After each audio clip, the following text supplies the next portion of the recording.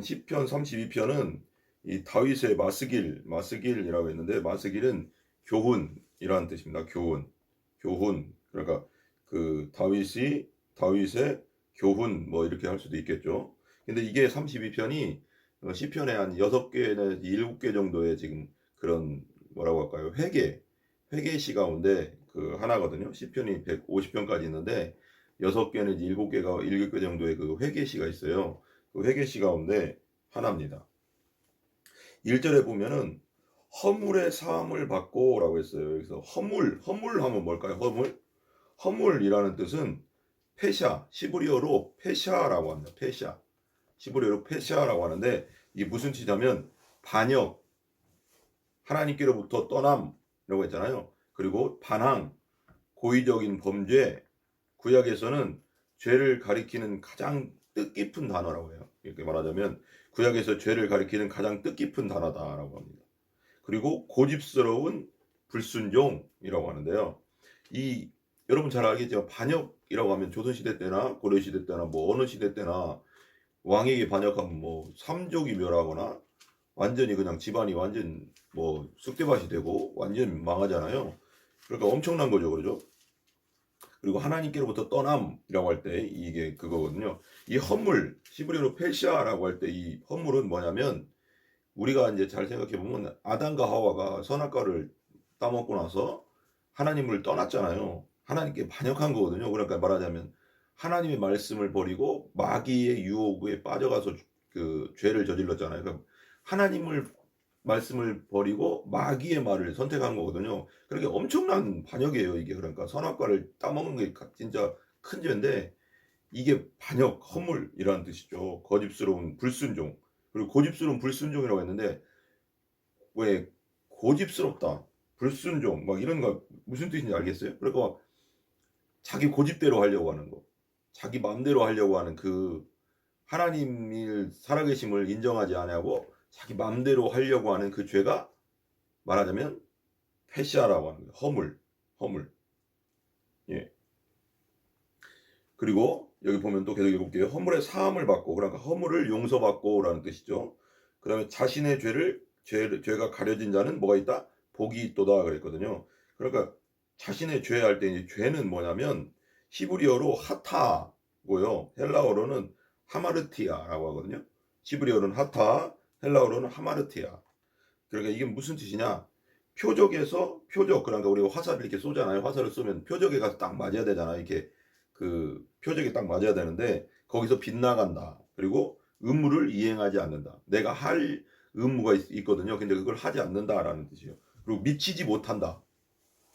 그러니까 해이함을 말하는 거거든요. 그러니까 하나님이 말씀이 이렇게 하라고 했는데 거기에 미치지 못한다. 이런 뜻이고, 그리고 너무 멀리 넘어가는 것, 그리고 너무 멀리 가는 것. 그러니까 너무 지나치게 가는 것. 너무 지나치게 가는 거예요. 하나님이 이것만 하라고 했어요. 예를 들면 하나님 이렇게만 살아라 그랬는데 이것을 넘어가서 하나님께서 이렇게 하면 더 기뻐하시겠지 해가서 더 하는 거. 그것도 죄예요, 죄. 하타. 그리고 옆으로 빗나가는 거. 정확하게 가야 되는데 옆으로 막 빗나가는 거. 이게 무슨 뜻이냐면, 쉽게 말하면 이제 바리새인들을 한번 생각해 보면 알거든요. 너무 멀리 나간다고 하잖아요. 율법주의나 극단적 보수주의라고 하는데, 이게 뭐냐면 율법주의, 그러니까 하나님께서 하라고 하는 내용이 있거든요, 성경에. 그거에다가 이 바리새인들은 더 많은 걸 막 플러스해 버렸어요. 더해 버렸어 막. 그러니까 지금도 이제 무슨 이스라엘 가면, 안식일에 가면 이스라엘 정통 유대인들 그 뭐라고 할까요? 선생들이라고 하나요? 정통 유대인들은 이 모자 쓰고 있는 검정 옷을 입고 있는 사람들은 안식일 날 되면 그뭐 움직이면 안 된다고 해가서, 뭐 다른 사람한테, 예를 들면 외국 관광객한테 엘리베이터도 안 누르려고 한대. 엘리베이터 좀 눌러주세요 이렇게 한대. 그게 맞는지 안 맞는지 모르겠지만 극단적으로 갔다는 거죠, 너무.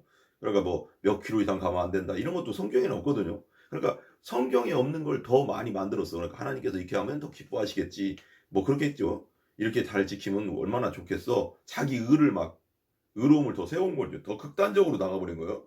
하나님이 하라는 걸 하고 하지 말라는 거 안 하면 되는데 너무 많이 만들어 놨어. 그럼 또 법을 나름대로. 그리고 극단적 보수주의 기독교라고 해가서, 예전에는 정말로 막 피아노 말하자면 신디, 기타 이런 걸 옛날 교회에서는 그런 것도 하지도 않았거든요. 근데 어느 정도 80년대 들어서고 막 90년대 되면서 기타, 신디 말하자면 뭐든 뭐 전자악기 이런 것들이 이제 교회 다 있잖아요. 요즘 없는 데가 없잖아요. 옛날에는 그거 놓으면 안 된다. 이게 극단적 보수주의 그러니까 뭐 그게 뭐 대단한 게 아닌데 그때는 막 그렇게 너무 막 하나님 앞에 다윗은 막 뛰놀고 막 그랬거든요. 뛰놀고 춤추고 뛰놀고 하나님 앞에 예배할 때. 그런데 너무 이제 극단적으로 가서 막 너무 경건하게 가는 거. 그것도 문제가 많은 거예요. 너무 극단적 보수주의로 가는 것도 사람은 그렇게 되면 자기는 자기가 만든 거기에 함정이 돼 가서 다른 사람을 정죄해 버리는 거예요. 왜 저 사람 저렇게 안 살까? 이게 되게 무서운 거죠. 그러면 이 죄라는 뜻에는 태만의 죄, 나태의 죄, 게으름의 죄가 있거든요. 그러니까 왜 그 뭐라고 할까요? 저기 존 파이퍼가 쓴 그 책 중에 일곱 가지 대죄인가? 일곱 가지 대죄라는 게 있어요. 나태가 있어요. 그 안에 나태. 그 다음에 탐식, 탐욕, 그 다음에 정욕 이런 게 있거든요. 나태가 있어요. 그 안에. 근데 이 나태의 죄가 게으름의 죄.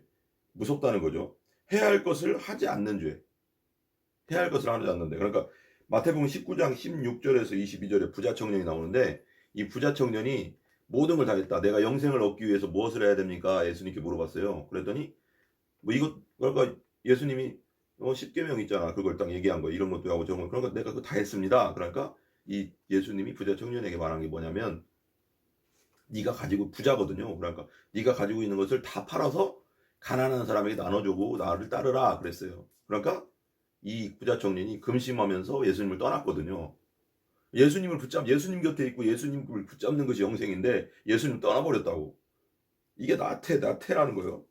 그러니까 해야 할 것을 하지 않는 것. 그 다음에 계속 넘어갈게요. 2절 볼게요. 2절. 마음이 간사함이 없고, 그죠? 마음에 간사함이 없대요. 그러면 그럴까?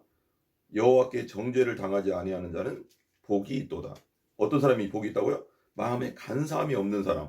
이 간사함이 뭐냐면 히브리어로 레미야래요. 레미야거든요. 그러니까 이건 뭐냐면 기만, 거짓, 간사, 이중성 이런 뜻이래요. 마태복음 23장 3절에 보면 이렇게 나오거든요. 말만 하고 행하지 않는 자들. 누구냐? 서기관, 바리새인들. 그들의 교활함과 이중성과 간사함. 그런 말은 되게 잘하는데 행하지 않는 자들. 그러니까 예수님이 바리새인들 보면서 제자들에게 이렇게 말하거든요. 바리새인들을 가리키면서 저자들의 말은 들어라. 성경 말을 가리키는 건 들어라. 그렇지만 저자들의 행동은 따라하지 말라 그랬거든요. 말만 하고 행동은 완전 틀린 자들. 그래서 이제 바리새인들더러 예수님께서 마태복음 23장 33절에 어떻게 했냐면 뱀들아 독사의 새끼들아 너희가 어떻게 지옥의 판결을 피하겠느냐 그랬어요. 말만 하고 행하지 않는 자는 어디 간다고요? 지옥에 간다고요. 지옥에 간다. 그래서 이 간사는 이중적이다 이거죠. 우리가 간사하다 뭐 그러잖아요. 간사한 놈, 그 야비, 그 뭐죠, 교활한 놈, 그리고 위선적이다 이런 말 있잖아요. 위선적이 뭐야? 겉과 속이 다른 거지. 속에는 안 그런 척하면서 막 웃으면서 속에는 어떻게 하면 저 사람을 속일까? 어떻게 하면 저 사람의 것을 빼앗을까? 이렇게 하는 사람도 있거든요. 살다 보면. 그 다음에 정죄를 당하지 아니하는 자는 복이 있도다. 그러니까 죄에 있다고 이게 않는 자는 당하지 않는 자는 복이 있다. 여기 정죄는 뭐냐면 히브리어로 아온이라는 뜻이야. 아온. 이게 무슨 뜻이냐면 도덕적 폐역. 도덕적으로 폐역하고 비뚤어지고 범죄 행위. 그러니까 도덕적 폐역, 비뚤어짐, 범죄 행위 이런 것을 가리킨다고 한다고 하거든요. 그러니까 뒤틀리고 비뚤어지고 폐역한 내적 상태다라고 말해요. 이사야 1장 5절에 6절에 보면 하나님의 거룩한 눈에 보인 인간의 모습이다. 이게. 그러니까 뒤뚤어지고 비뚤어지고 폐역한 모습. 사람 비뚤어진 사람 있지. 막 꼬인 사람 막 비뚤어지고. 그러니까 해라 하면 청개구리 심보 알잖아. 하라고 하면 안 하고 딱 거꾸로 하고. 청개구리 어떻게 했던 거야? 우리 청개구리 그 예화 알죠? 그거 보면 청개구리가 야 엄마가 맨날 이렇게 해라 하면 거꾸로 하니까 엄마가 맨날 속상했잖아. 저놈 새끼는 맨날 내가 하라는 대로 안 하고 거꾸로 한다고. 그러니까 엄마가 말을 안 들으니까 얼마나 속상하겠어. 그래서 이제 엄마가 돌아가실 때가 됐어. 그래서 청개구리를 불렀어. 청개구리는 항상 거꾸로 하니까 거꾸로 하니까 이제 청개구리한테 생각을 한 거예요. 엄마가 돌아가시네. 아, 자는 맨날 거꾸로 하고 말 안 들으니까 내가 반대로 얘기하면 또 반대로 유언을 하면 반대로 하겠지라고 생각한 거야. 그래서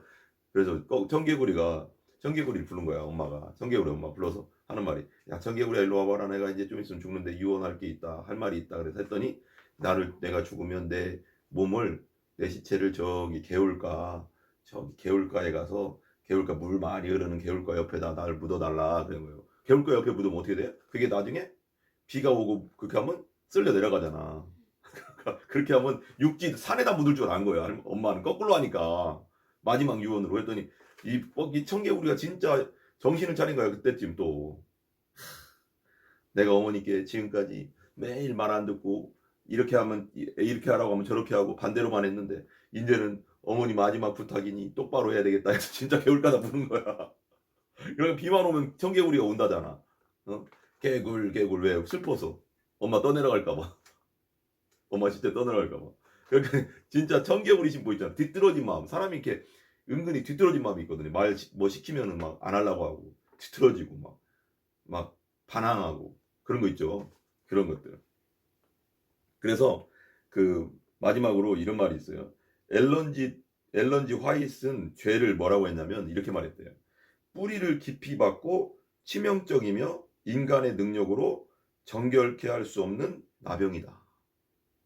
우리 힘으로 안 된다는 거예요. 이 죄는 누구의 힘으로 돼요?